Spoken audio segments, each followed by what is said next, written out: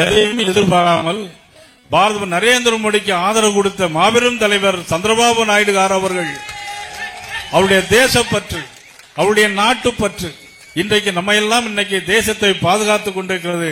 அந்த வகையில் தேசத்தின் சார்பாகவும் பாரதிய ஜனதா கட்சியின் சார்பாகவும் மீண்டும் ஒருமுறை நமது ஆந்திர முதலமைச்சர் சந்திரபாபு நாயுடு அவருக்கு மனமார்ந்த நன்றிகளையும் பாராட்டுகளையும் தெரிவித்து இப்பொழுது அவர்கள் உங்கள் மத்தியிலே வாக்குகளை சேகரிப்பார்கள். அனைவரும் அவர்களுக்கு கரகோஷம் கொடுத்து அவர்களை வரவேற்பு கொடுக்குமாறு கேட்டுக்கொள்கிறேன்.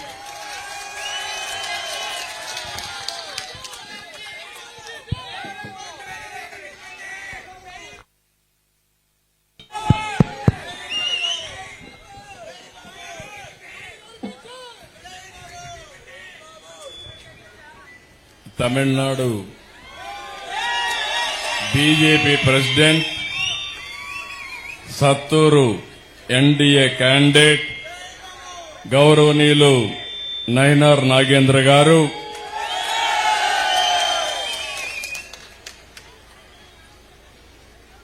அனைவருக்கும் வணக்கம். என் அப்னான தமிழ்நாடு மக்களே, உளங்குடன் இங்கே இருப்பது ரொம்பவே சந்தோஷம். தமிழ்நாட்டில் மாற்றம் ஆரம்பம் ஆயிடுச்சு. இனிமே யாராலையும் நிறுத்த முடியாது. తమిళనాడు అంటేనే ద్రవిడ నాగరికతకు కేంద్రం. ఇక్కడ చూస్తే పల్లవ, చేర, చోళ, పాండ్య లాంటి రాజు వంశాలు పాలించిన గొప్ప నేలది, ఒక పుణ్య భూమి అని చెప్పి కూడా నేను మీకు తెలియజేస్తున్నా. ఇంకొక పక్క అన్ని భాషల్లోకెల్లా తమిళ భాష అతి ప్రాచీనమైన భాష. ఈ భాష మీద మీకుండే అభిమానం చూస్తే ఏ భాషకు లేనంత అభిమానం తమిళ భాషకు ఉండడం గర్వకారణం అని చెప్పి మరొక్కసారి విజ్ఞప్తి చేస్తున్నారు. అందుకని నరేంద్ర మోడీ గారు కూడా చాలా స్పష్టంగా చెప్పారు, మాతృభాష, తల్లి భాష, ఏ భాష అయితే ఆ భాషలోనే పిల్లల్ని చదివిస్తే విద్య బాగా అబ్బుతుందని చెప్పిన వ్యక్తి నరేంద్ర మోడీ గారని చెప్పి కూడా మరొకసారి విజ్ఞప్తి చేస్తున్నారు. బ్రిటిష్ పాలనలోనే తమిళనాడుకు ఒక ప్రత్యేకత ఉంది. మెడ్రాస్ ప్రెసిడెన్సీ దక్షిణ భారతదేశంలో ఉండే అన్ని రాష్ట్రాలు చెన్నైకే రావాలి. ఈరోజు చెన్నై, ఆ రోజు మెడ్రాస్. నేను కూడా అక్కడికే వచ్చేవాడిని. మీ అందరి ప్రియతమ నాయకుడు ఎన్టీ రామారావు గారు చెన్నైలోనే ఉండి ఒక మహానాయకుడిగా ఎదిగాడు. అక్కడి నుంచి ఆంధ్రప్రదేశ్ రాజకీయాల్లోకి వచ్చి ఒక మహానటుడే కాకుండా మహానాయకుడయ్యాడు. ఆయన ఒకటే ఆలోచించారు, నేను చెన్నైలో ఉన్నాను, ఇన్ని సంవత్సరాలున్నాను, అక్కడ నీళ్లు లేవు, అలాంటి చెన్నై నగరానికి నీళ్లు ఇవ్వాలని ఆలోచించిన వ్యక్తి నందమూరి తారక రామారావు గారైతే దానికి సహకరించిన వ్యక్తి ఆనాటి ఎంజీఆర్ అని చెప్పి కూడా నేను మీకు తెలియజేస్తున్నా. ఇద్దరు కలిసి ఆ రోజు మీరు చూస్తే చెన్నైకి తెలుగు గంగ ద్వారా నీళ్లు తీసుకొచ్చారు. ఇంకో పక్క తమిళ ప్రజలంటే క్రమశిక్షణ, పట్టుదల, కష్టపడే మనస్తత్వం, తెలివితేటలు, ఇదే తమిళ సోదరుల యొక్క సక్సెస్ సీక్రెట్. ఏ రంగం చూసినా, ఏ దేశంలో చూసినా ఒకప్పుడు తమిళులే ఉండేవాళ్లు. ఆ రోజు దక్షిణ భారతదేశంలో ఉండే ద్రవిడులంటే గౌరవం ఉండేదని చెప్పి కూడా నేను మీకు తెలియజేస్తున్నా. ఎన్నో పరిశ్రమలకు నాంది. ఇక్కడే మంత్రిగా పనిచేశాడు నాగేంద్ర గారు, జయలలిత గారి కేబినెట్ లో అనేక పరిశ్రమలు తీసుకొచ్చాడు. నేను అదే గుర్తు చేశాను. ఫాక్స్కాన్ గాని అనేక పరిశ్రమలు తీసుకొచ్చి తమిళనాడులో ఉద్యోగాలు కల్పించిన వ్యక్తి మీ అభ్యర్థి నాగేంద్ర గారని చెప్పి నేను మీకు తెలియజేస్తున్నా. ఇదే కాదు, ఒక నాగరికత, ప్రాచీన నాగరికత, ఎన్నో దాడులు జరిగాయి, తిప్పికొట్టారు, తట్టుకున్నారు.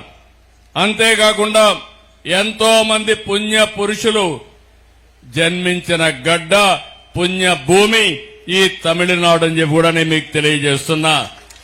కన్నగి, తిరువళ్ళూర్, తిరువళ్ళవార్, కంబన్, సుబ్రహ్మణ్య భారతి, సివి రామన్, సర్వేపల్లి రాధాకృష్ణన్, శ్రీనివాస రామానుజన్, అబ్దుల్ కలాం కూడా ఈ రాష్ట్రం నుంచే వచ్చాడు.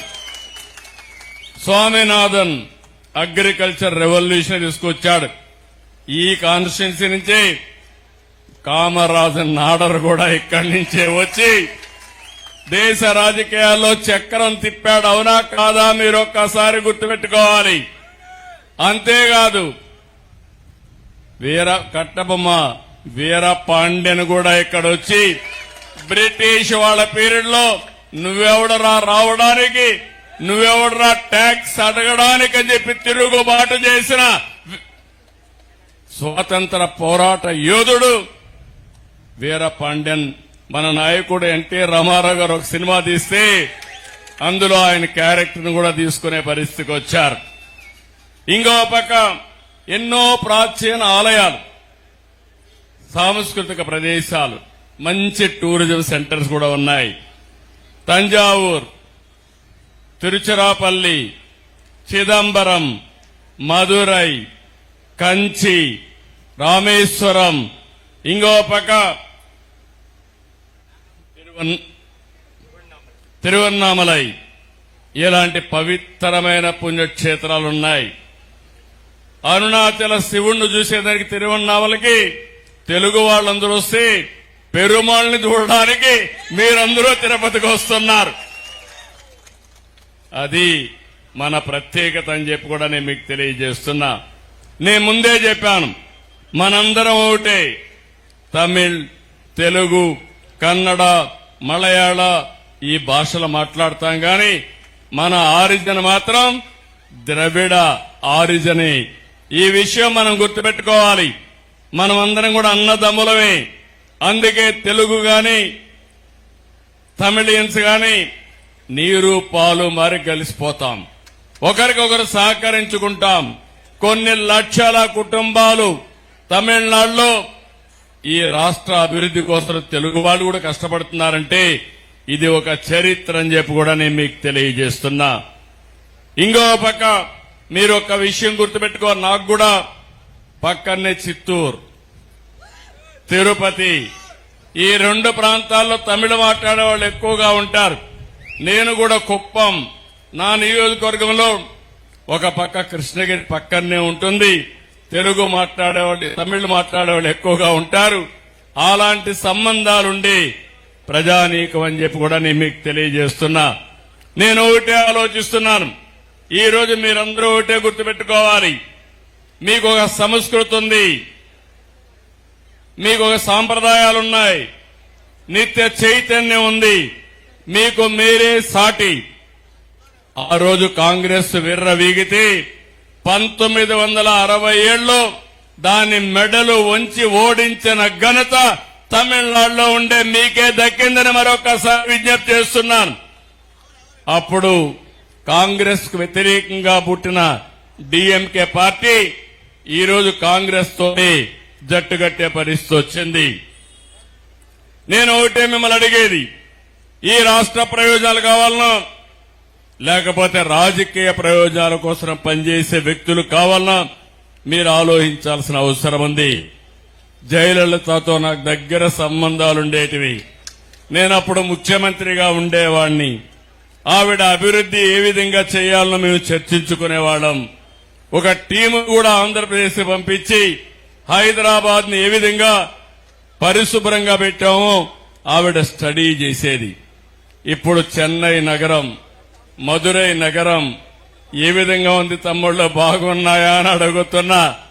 హైదరాబాద్ గాని బెంగళూరు గాని దూసుకుపోతా ఉంటే చెన్నై మాత్రం ఏమైంది, నత్త నడకన నడిసే పరిస్థితి వస్తా ఉంది. ఇన్ఫర్మేషన్ టెక్నాలజీలో గాని ఇన్ఫ్రాస్ట్రక్చర్ లో గాని మనం ముందుకు పోయే పరిస్థితికి వచ్చాం. అందుకే నిన్న మొన్న ఒక విషయం చెప్తే చాలా బాధపడుతున్నా. ఇక్కడ మా ఆడబిడ్డలున్నారు. ఇప్పటికే స్థానిక సంస్థల్లో మీకు రిజర్వేషన్లు ఉన్నాయి. నరేంద్ర మోడీ గారు ఒకటి ఆలోచించారు, చట్టసభల్లో ఎమ్మెల్యేలుగా ఎంపీలుగా నా ఆడబిడ్డలు ఉండాలని 33% రిజర్వేషన్లు పెట్టిన వ్యక్తి నరేంద్ర మోడీ గారని చెప్పి మరొకసారి విజ్ఞప్తి చేస్తున్నాను. ఈ సమస్య ఇప్పుడుది కాదు.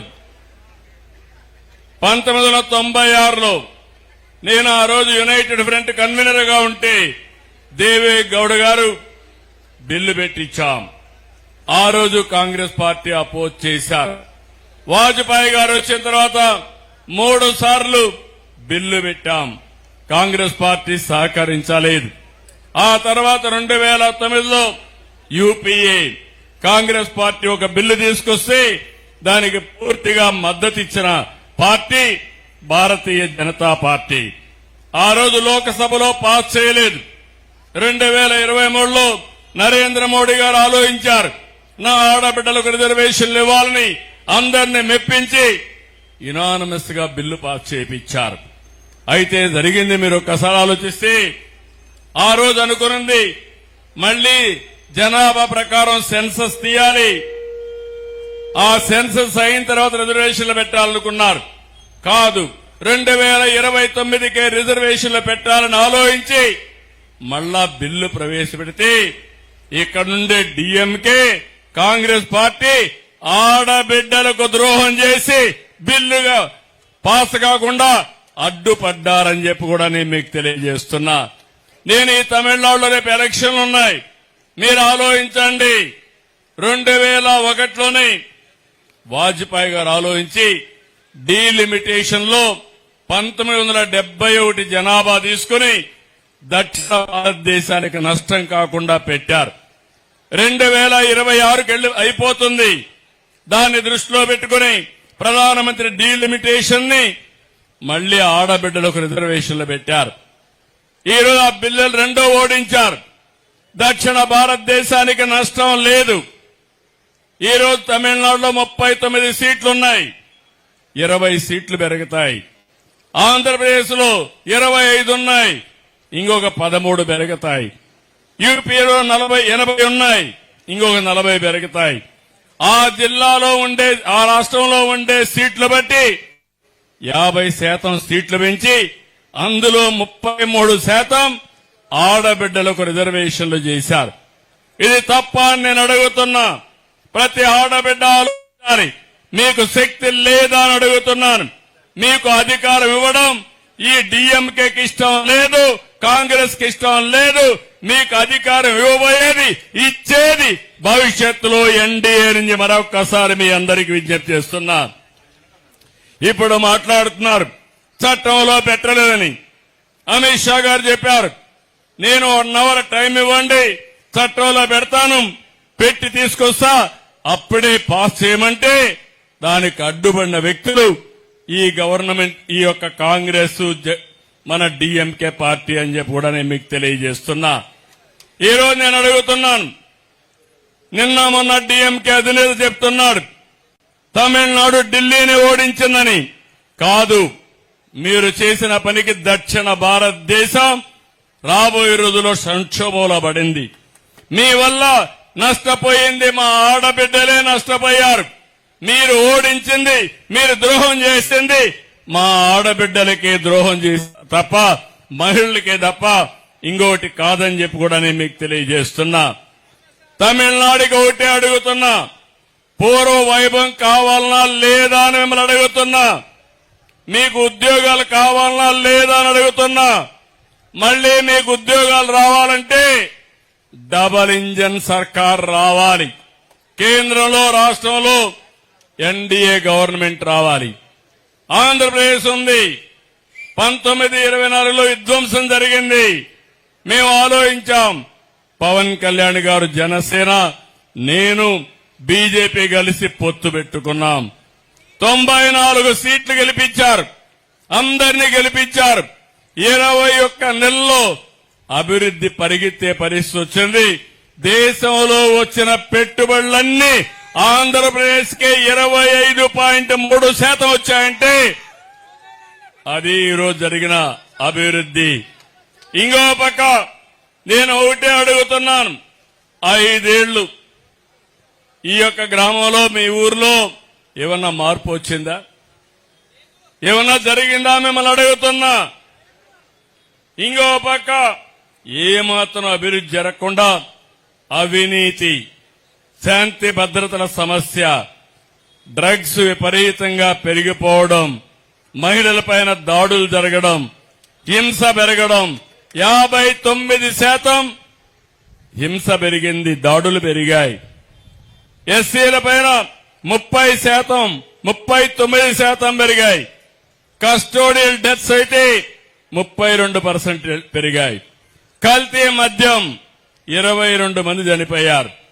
68 మంది 2024లో చనిపోయే పరిస్థితికి వచ్చారు. హిందూ మతాన్ని ఎగతాళి చేస్తున్నారు. ఇది మన యొక్క ధర్మం, భారతదేశం యొక్క గొప్ప వార సంపద. మీకు ఇష్టం లేకపోతే మీకు నచ్చిన మతాన్ని మీరు ప్రాక్టీస్ చేసుకోవచ్చు, కానీ ఎగతాళి చేయడం ఇది ధర్మం అని మిమ్మల్ని అందరిని అడుగుతున్నా, మిమ్మల్ని ఆలోచించమని మిమ్మల్ని కోరుతున్నా. అందుకని ప్రజల మధ్య విద్వేషాలు సృష్టించాలని ఆలోచిస్తున్నారు. అందుకే నేను మిమ్మల్ని అందరినీ కోరుతున్నాను, ఈరోజు மக்களின் குரல் கேட்காத அட்டி வேண்டுமா? பழைய அரசியல் போதும், புதிய தமிழ்களம் வேண்டும். திராவிட மாடல் போதும், என்டிஏ டெவலப்மெண்ட் மாடல் வேண்டும்.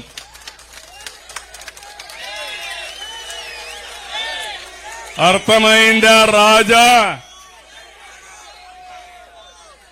అర్థం చేసుకోండి. డెవలప్మెంట్ చేసే శక్తి నరేంద్ర మోడీ గారికే ఉంది.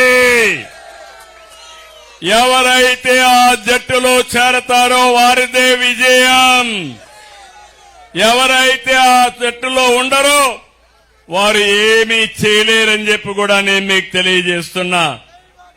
అందుకే నేను మిమ్మల్ని ఒకటే కోరుతున్నాను, ఈ రోజు మీరందరూ కూడా గుర్తుపెట్టుకోవాల్సింది, మళ్లీ మీకు ఉద్యోగాలు రావాలన్నా, అభివృద్ధి జరగాలన్నా, మీ పిల్లల భవిష్యత్తు బాగుండాలన్నా ఇటు బీజేపీ అటు ఏడీఎంకే ఎడపాడు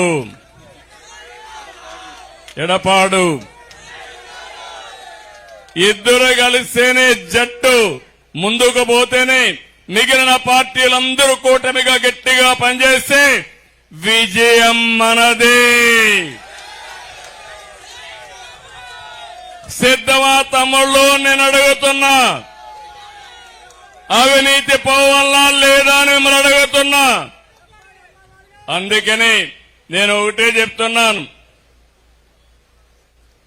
వార్తయిల్ ముట్టుం దాన్ వలర్చి సేవదెల్లాం ఉలల్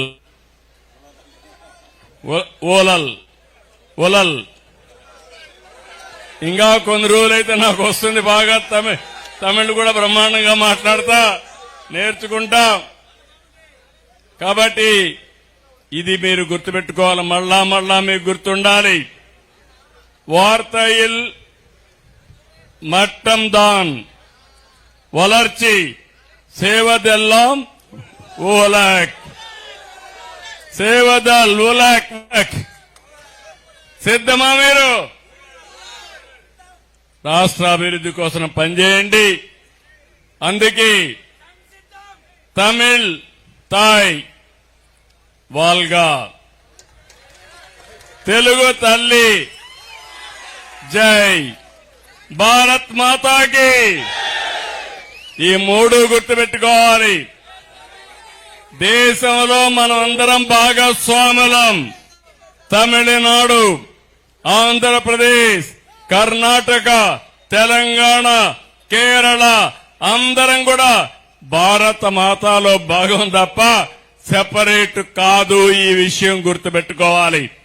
మన భాషలు వేరు, మన నాగరికత వేరు, మన సాంప్రదాయాలు వేరు. కడాన మనమందరం భారతీయులమే. ఒకే జాతి, ఒకే దేశం, అదే భారతదేశం. ఆ భారతదేశంలో మనందరం పౌరులం. అదే మారిగా ఒక తండ్రికి ఎంతమంది పిల్లలుంటే అంతమంది పిల్లలను సమానంగా చూసుకుంటారు. అన్ని రాష్ట్రాల ప్రజల్ని సమానంగా చూసుకుంటూ ముందుకు నడిపిస్తున్నారు. పిల్లలు ఏ విధంగా అయితే ముందుకు పోతారో మీరు కూడా గుర్తుపెట్టుకోవాల్సింది, మనం పోటీ పడాలి. అన్నదమ్ములు పోటీ పడతాం, దాయాదులు పోటీ పడతాం, గ్రామాలు పోటీ పడతాం, రాష్ట్రాలు పోటీ పడాలి. అభివృద్ధి జరగాలి. అవసరమైతే సహకరించుకుని ముందుకు పోవాలి తప్ప విద్వేషాలు రెచ్చగొట్టి రాజకీయ లబ్ధి పొందాలనుకోవడం మాత్రం మంచిది కాదని చెప్పి నేను మీకు తెలియజేస్తూ అందరికీ నమస్కారాలు. జై హింద్.